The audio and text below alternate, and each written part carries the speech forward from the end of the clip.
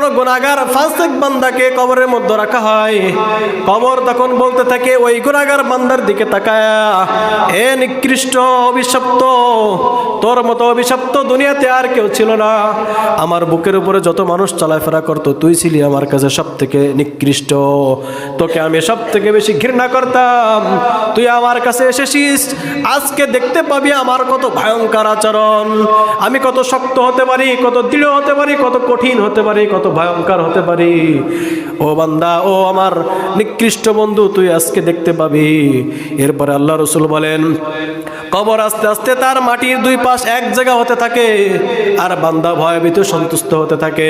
হাত্তাকে আল্লাহ রসুল আঙ্গুলের ভিতরে আঙ্গুল ঢোকায় বললেন কবর তাকে এমন ভাবে চাপ দেয় এক পাজরের হাড় অন্য পাজরের মধ্যে ঢুকে যায়, যেভাবে এক আঙ্গুল অন্য আঙ্গুলের মধ্যে ঢুকে গেল।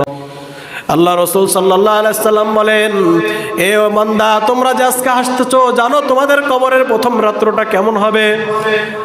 শুনে রাখো, আল কবর রাউযাতুম মির রিয়াজিল জান্নাহ, কবর দুনিয়াতে কারোর জন্য জান্নাতের বাগিচা হবে, আও হুফরাতুম মিন হুফারিন নার, অথবা জাহান্নামের গর্ত হবে। এই কবর আমার আপনার জিন্দেগির প্রথম ধাপ, মানে পরকালের প্রথম ধাপ। যদি এই ধাপে আমি আপনি আটকে যায়, পুরা জিন্দেগি বিফল, আমার আর কোনো বাঁচার উপায় নাই, আমার আর নাজাতের কোনো উপায় নাই। কিন্তু কবরে যদি আমি আপনি বেঁচে যাই, কবর থেকে যদি পরিত্রাণ পেয়ে যায় কবরের আযাব থেকে, তাহলে পুরা পরের জিন্দেগি, পরের ধাপগুলো সহজ।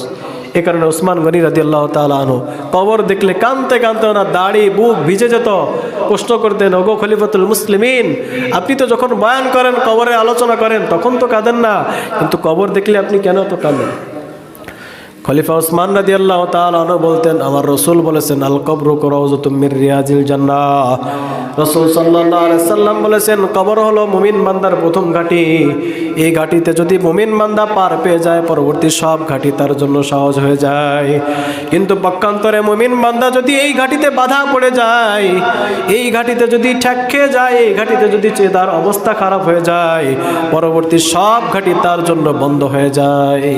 এজন্য ওসমান রাদিয়াল্লাহু তাআলা আনহু যখনই কবর দেখতেন খুব বেশি কাঁদতেন, খুব বেশি চিন্তা করতেন আমার কি হবে, আমি কি হব। অথচ ওসমান রাদিয়াল্লাহু তাআলা উনি জান্নাতের টিকিট প্রাপ্ত একজন সাহাবী, শুধু একজন সাহাবী তাই না, বরং রসুলের দুইটা কন্যাকে যিনি বিবাহ করেছিলেন, রুকায়া রাদিয়াল্লাহু তাআলা আনহা এবং কুলসুম রাদিয়াল্লাহু তাআলা আনহুকে, জিন নূরাইন যাকে বলা হয়, দুই নূরের অধিকারী, সেই ওসমান রাদিয়াল্লাহু তাআলা আনহু কবর দেখলে কাঁদেন।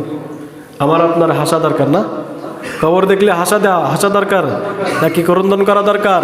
এজন্য মাঝে মাঝে কবরস্থানে যাবেন, নিজেকে অনুভব করবেন, হায় এখানকার একজন আমি, এখানে কেউ আসে না, আজকে আমি কত বছর পরে আসলাম, হাই হাই আমাকে একজন দাফন করে যাবে অনেক মানুষ এসে, এরপর আর কোনোদিন খোঁজ নেবে না, বছরে শুধু ঈদের দিনে একটু আমার কবরটা জিয়ারত করতে আসবে, তাও আমার কবরের মধ্যে তো ঢুকবে না, ওই দূরে দাঁড়ায় জিয়ারত করে চলে যাবে, আমার সাথে একটু কথাবার্তাও সে বলবে না। নিজেকে মনে করা যে আমি একজন মৃত মানুষের মাঝে একজন, তাহলে আপনার আমল ঠিক হতে একেবারে অল্প সময় লাগবে। আল্লাহ আমাদেরকে বোঝার তৌফিক দান করেন, বেশি বেশি কবরের চিন্তা করার তৌফিক দান করেন, এবং আমার আপনার ঈমান আছে কিনা এটা পরীক্ষার জন্য আল্লাহ রসুল যে মাধ্যমগুলো দিলেন, এই মাধ্যমগুলো মাঝে মাঝে যাচাই বাছাই করা। রাস্তাতে হাঁটতেছেন, কষ্টদায়ক জিনিস সরাচ্ছেন কিনা, রাস্তা দিয়ে হাঁটতেছেন, একটা কাঁটা পড়ে আছে, একটা ডাল পড়ে আছে, সরাই দিচ্ছেন, বুঝবেন আপনার ঈমান আছে।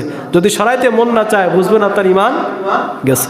আল্লাহ তাআলা আমাদেরকে বোঝার তৌফিক দান করেন, যে কথাগুলো বলার তৌফিক দান করলেন, আল্লাহ আগে আমাকে আমল করার তৌফিক দান করেন এবং আমাদের সকলকে আমল করার তৌফিক দান করেন।